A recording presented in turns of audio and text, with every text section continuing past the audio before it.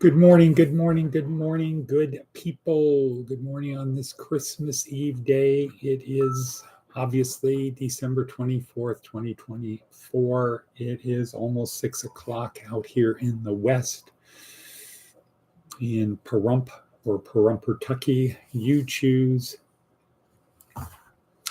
We are west of Sin City and east of Death Valley in Area 51, George Norrie Art Bell territory. Once again, on this very special day. Yeah, a lot of church services today. Interesting. Okay. And a big day for me. I'm going to start making the push to round 2. Nevada round 2. Making things happen in Pahrumpertucky, helping those who need it the most. Our theme of today is IQ. IQ. Scary topic. Now, let's see what our advice from an 80-year-old is. First, the coffee's still over there percolating. Not percolating, still steaming. Okay, advice from an 80-year-old. Advice from an 80-year-old. Think twice before burdening a friend with a secret. Right. Why? Because now they have to bear it. So don't put the burden on a friend with a secret. Think twice before doing it. Okay, what does Seth Godin have to tell us today? The challenge of excess capacity. Marketing as we know it happened because of machines. Machines made factories dramatically more efficient, which meant that producers could no longer easily sell everything they made. When you go from making 4 ceramic plates a day to 4,000, your capacity starts to look like a problem. Right. So in the pre-industrial revolution, when things were made by hand, you made it to pretty much to order. You'd have some supplies, some inventory because you knew those would sell, but you were selling to your customer base. And the customer base was small. That's a new challenge. A farmer could figure out how to use every bit of fertile soil available. You're right. So when we have technology and we have machines, now we can farm everything. Now we got to figure out how to sell what we grow. Instead of grow what we sell, we have to sell what we grow. CBS didn't have excess capacity. There are only 24 hours in a day, and they could only broadcast one at a time. YouTube, on the other hand, makes almost all of its decisions based on their unlimited capacity to host video. Right. So you get that. CBS, regular TV, we've got 24 hours. We have all of these boxes to fill. YouTube has the same 24 hours, but they go out infinite into the number of channels they have. The challenge of infinity is contagious. While some freelancers are fully booked, most have hours each day unspoken for. An unspoken hour of capacity can feel like a burden. The quest for more is seductive. But what happens when we accept that capacity might not be excess? It might simply be capacity. Right. It's not excess capacity, it's just capacity. How do we start to see our way toward better, more, simply more? That was weird. Weird sound. Weird sound. Okay. What not a bevy. Good morning. And Diana, who's now going under the name of Deanne. Why are you doing that? Why are you Deanne now, Diana? Good morning. Good morning. Where are you, Diana? Where are you this wonderful morning? This thing that Sophie refers to as a good morning.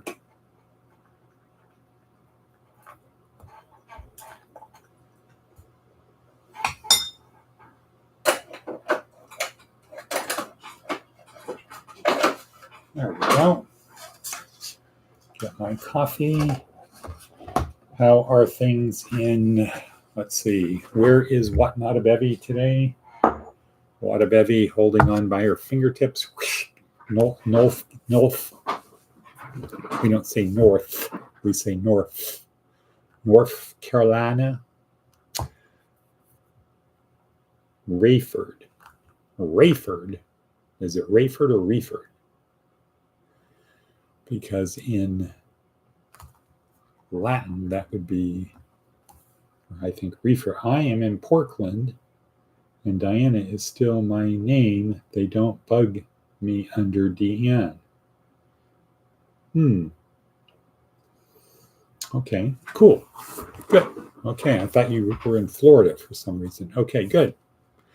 And how's the weather in Portland, Diana?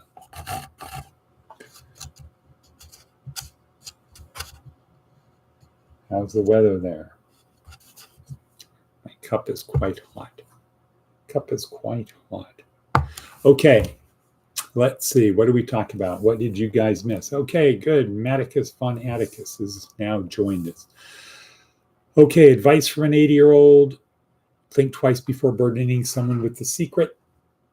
We talked about Seth Godin. What else is on our hit parade for today on our worksheet? Or let me just say our intro. This is Department of Career Services, where our goal is simple: to help our students and other people on their journey through this life,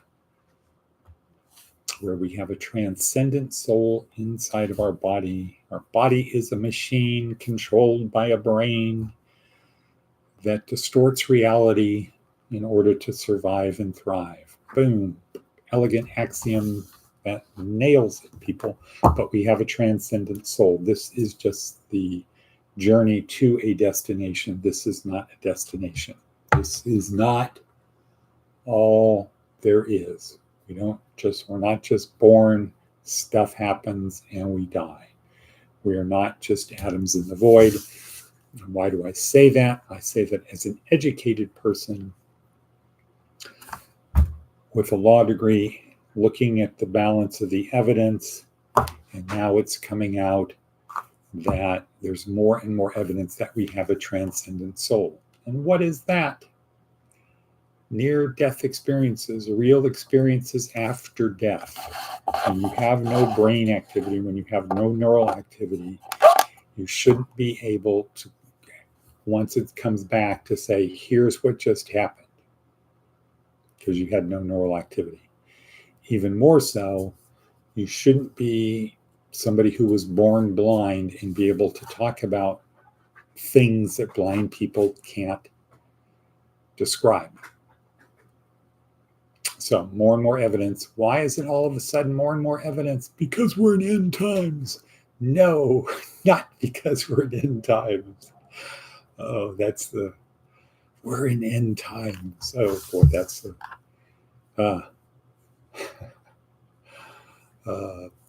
no, it's not because of that. It's because more people are getting resuscitated more often because technology is getting better. So instead of people just dying as they did 70 years ago, we're able to resuscitate people for quite long periods after death. And it appears that the problem is with reoxygenating the brain. That's where the brain damage comes from, not lack of oxygen, reoxygenating it. Something to ponder. So we're going down the rabbit hole of, do we have a transcendent soul? Yes or no? Yes or no? It's a guess, because we don't know. No matter what people say, we don't know. There's just the preponderance of the evidence. And I think the evidence is tilting towards, yes, something happens after death. It happens to all people. It just doesn't happen to Christians, especially the type of Christian, the particular flavor of Christian that you are. Happens to all people. And it seems more likely that the destination where you go next is related to how you were now.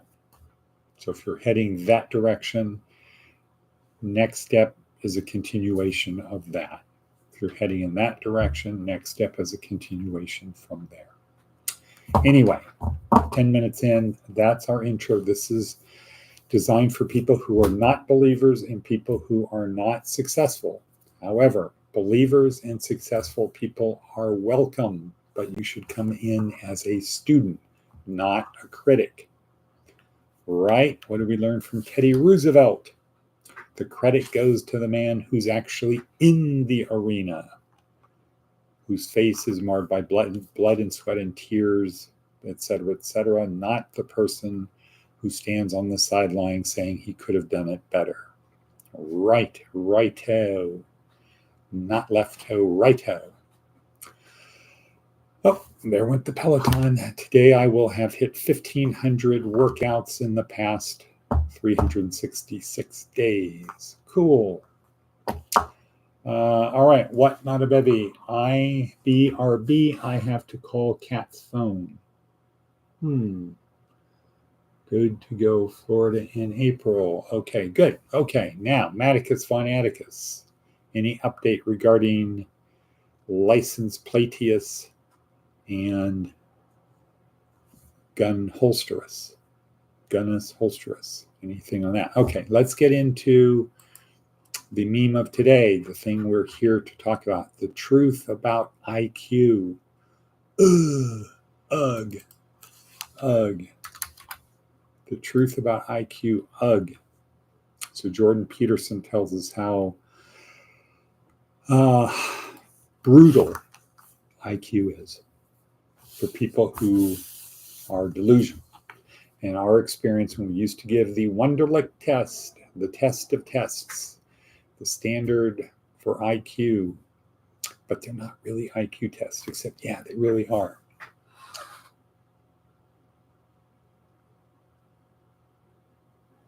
Okay, well, I'm back. Okay, good. So we're talking about IQ. Two things. Most people don't know their IQ, number one. And number two, they don't know how important IQ is. And we tend to compare ourselves with those people around us. And then people who have a higher IQ, we tend to, instead of appreciating them for what they have, learning from them, we tend to take an approach of, well, you're no better than me. You just think you're better. Right? I get that fairly often, once a week. No, not once a week. And I say, okay, well, in what way am I not better? Am I not better educated? Am I not in better physical shape? And then the list could go on. Am I not better looking? Do I not have better lack of humility? The list, what way am I not better than you? And that gets people mad, you son of a bitch. Mad. Well, God doesn't think you're better. How do you know what God thinks? Right? And then you get into a nonsensical discussion, which is why Habermas, I would say my professors in school would agree, don't get into discussions with people who are not in graduate school about theology. If you're not in graduate school, don't have theological discussions with people who aren't, because there's no point. They have all of the answers. They already know everything. God is talking to them. I had a very interesting conversation yesterday evening that was 100% via text. No verbal stuff. And many times my only answer was, okay, you have all of the answers. Super. Excellent. Great. And so the problem with people who maybe have a high potential IQ, the high fluid IQ, the ability to process information and learn, without having a high crystallized IQ, meaning what they learn, So the bucket, so Jordan Peterson would say the bucket would be like crystallized IQ. And at certain different ages, there should be a particular amount of fluid in the bucket. The bucket should be filled up to certain points. So the perfect SAT score is a line on the bucket at this level. And you can grade people in high school, finishing high school, by how much they know. And that becomes important because if you want to go to a really good school, you might need to know more. Well, you would need to know more. If you want to go to Stanford, you need to know more than people that just want to go to Great Basin Community College. One of the best community colleges in the state, and it's probably the third best community college in the state of Nevada. What? Oh, there are three? There are only three community colleges? Well, okay. It's the third best. It's third from the top. It's third from the top. Okay, so people tend to think because they do well there, they're smart where they are, that they're smart compared to people over here. That's the brutality of IQ. And so people could have high fluid IQ. They have the ability to learn quick. Bam, got it. But they don't have high crystallized because they haven't had a lot of education, formal education. They have a lot of horizontal education where they're talking to people that they know. And you can only be as good as what the people around you know, right? Because there's no higher, nothing pulling you up. That's the great thing of our education system is you start people that are 5 at this level and you work them up, you ratchet them up year after year. And I see time is racing. We're almost done. Wada Bevy is over there crying. License Platius. Oh, my Latin for Maticus von Atticus. Okay, so we're going to call it quits. IQ is extremely important. Know your IQ. Every job has an IQ range. You need to know this much, but if you know more than this, the job gets to be not good. It's boring. You might come up with ideas that are better but unappreciated. Thanks so much. I need to learn. I am somewhat different because I am willing to learn. Yeah, most people don't see themselves as students. They see themselves as experts. Why? Because they believe they're an expert on themselves. I know myself better than anyone else. Well, it turns out we really don't because we're pretty much the same as everyone else. Statistically, it's pretty clear. We could bring Lucy in here and she would tell us the stats of how much people are the same. We just think we're all different. But IQ. Know your IQ. Know your IQ. And then try to gain more crystallized knowledge. How do we do that? Repetition, 1835 in. Okay, people, we will be here tomorrow. We will be here on Christmas Day. You might not be, especially if you are east, because it's later, but here it's still 6. Most of the people are asleep. It's easy for us to do our thing. And then we go forth to love and serve the Lord. Right. Okay, people. What? Not a bevy. Let me know what your schedule is for today. All right. I will say and cut.